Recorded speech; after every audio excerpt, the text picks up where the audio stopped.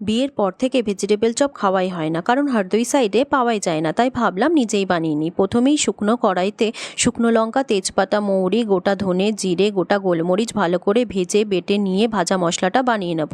তারপর কড়াইতে তেল দিয়ে বাদাম আর নারকেল কুচিটা ভেজে নেব। তারপর ওই তেলে 1 চামচ পাঁচফোড়ন আর আদা লঙ্কা বাটাটা দিয়ে ভালো করে মিশিয়ে নিয়ে দিয়ে দেব কেটে রাখা বিট আর গাজর। এর মধ্যে দিয়ে দিচ্ছি স্বাদ মতো নুন। সব মিলিয়ে নিয়ে দিয়ে দেব ভাজা মশলাটা। তারপর কিছুক্ষণ রেখে ঢাকা খুলে দিয়ে দেব নারকেল কুচি আর সেদ্ধ করে রাখা আলু।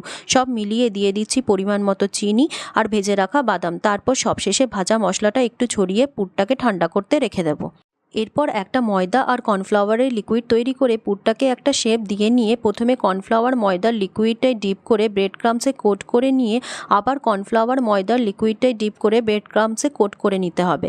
ব্যাস 2বার কোট করে চপগুলোকে গরম তেলে ছেড়ে দিলেই তৈরি একদম দোকানের মতো ভেজিটেবল চপ।